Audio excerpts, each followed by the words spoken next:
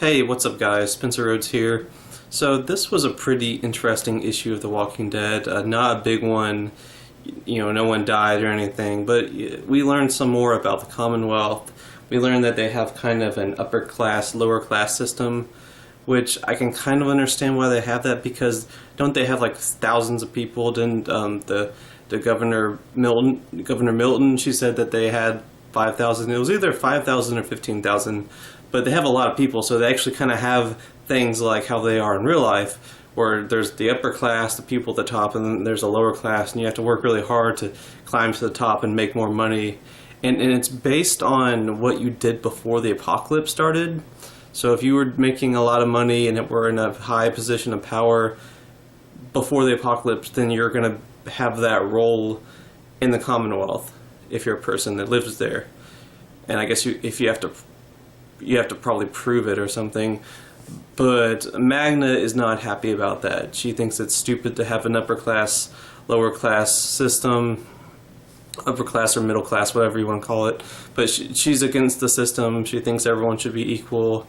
And Michonne says that it kind of makes sense. But Michonne used to be a lawyer, so she would be one of the people in the upper class. So Magna kind of has that issue with her. And she just wants to go back to Rick's group and never return to this place because she doesn't want to deal with that bullshit. So I'm guessing that maybe Magna had a low-paying job before the apocalypse, or maybe that's just how she feels.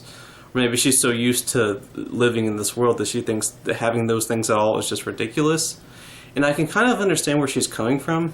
I mean, we've pretty much spent the entire story following Rick and his people, and they've never had those things. They've never had an upper class, lower class.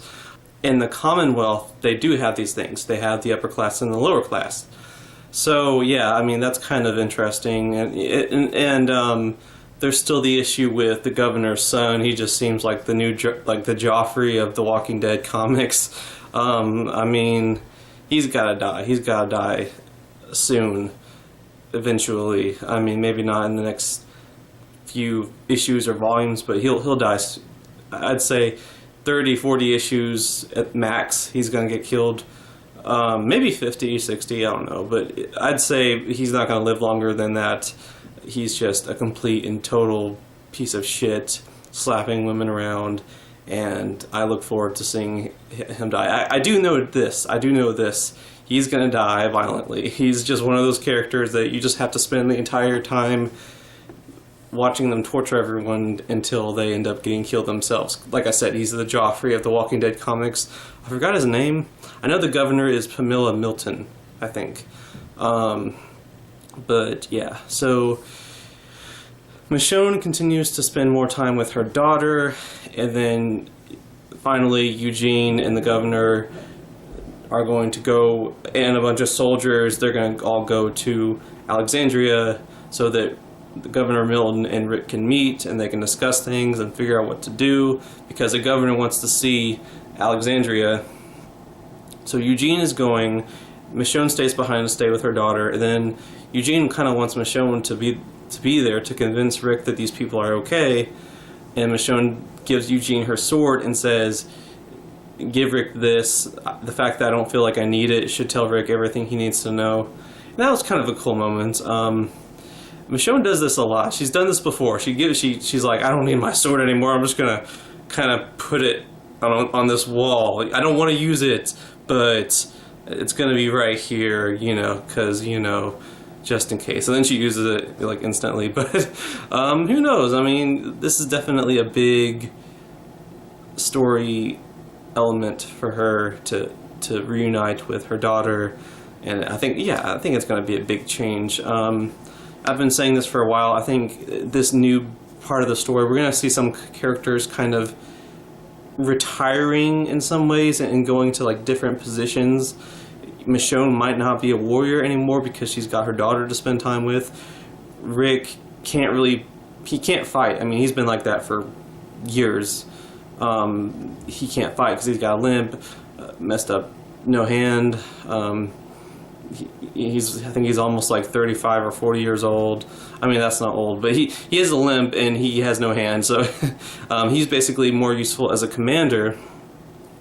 And if the Alexandria and the Commonwealth combine forces, maybe Rick could be the governor's advisor, or like a battle strategist, because Rick is kind of good at that. I mean, that'd be more like Dwight's role. I think Dwight would be like a battle strategist. If there's something with walkers or bad people, Dwight could be the one leading attacks. That's what he did during the Whisperer War. So I think we're going to see characters go up to different positions and different roles that we've never seen them before, because I think the story is just going in a new direction. I mean, this is a big deal. You know, this community of 5,000 people, it's going to change everything, and it's still slowly changing everything. And at the end, Eugene tricks them. He tricks the governor, and I think it's him and Sadiq. They run away, and then they go to Alexandria, and Eugene says he's going to tell Rick first, and then they're going to... Then I guess they're like the governor and her soldiers are going to catch up, and they're probably going to be pissed off that they got tricked. But this way, if there's any chance that they're bad people, Rick has the upper hand. So that's kind of interesting. I would be really surprised if, like, the governor wanted to just destroy Alexandria, or she really had bad intentions. She could. It's possible. But I just feel like that would be for the sake of a shocking twist. Like, she's been developed well enough at this point for her to be who she says she is. I know there's going to be bad guys in the Commonwealth, but I don't think it has to be the governor. I don't think it has to be... Fuck, I'm forgetting everyone's name. The black guy that's her assistant. I think he's not going to be a bad guy. He could... Any of these new characters could become bad guys or could reveal themselves to be bad guys, but I think the bad guys are going to be characters of the Commonwealth that we haven't met yet. Because there's all those people, there's bound to be some bad ones, and that's going to be kind of the next conflict in the story. At least I would imagine that, because it can't be like Rick versus Governor Milton. Governor Milton would kick Rick's ass. She has 5,000 people, Rick has like 100. So I think there's got to be an alliance, and Rick and the governor are going to combine to deal with the bad people in the Commonwealth.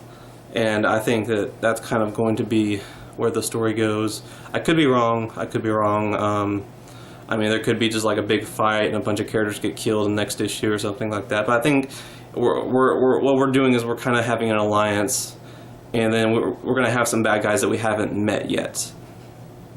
I think something really bad's going to happen with the governor's son. I think that could cause some conflict. Maybe someone kills him, and the governor wants to exile the person that did it, and Rick says no, so that kind of causes some problems. And maybe the governor wants to kill Rick or something, and something like that. You know, I could imagine that, because Rick is like overstepping her power. I don't know.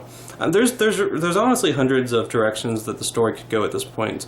But I think that right now it's going to be an alliance, and there's going to be some new bad guys. That's what I think is going to happen. Anyway, I thought it was a good issue. But yeah, that's about all I got to say. Let me know what you think in the comments below. Don't be shy. Hit that like and subscribe. I'm not going anywhere. We are at 105 subscribers right now. We're almost halfway towards 250. So please, just if you haven't already, hit that subscribe button. Share my channel with others. Let's go ahead and get up to 250, because that's a big win for me, and I will make a celebration video. So yeah, anyway, I'm Spencer Rhodes, and I will see you guys later. Bye.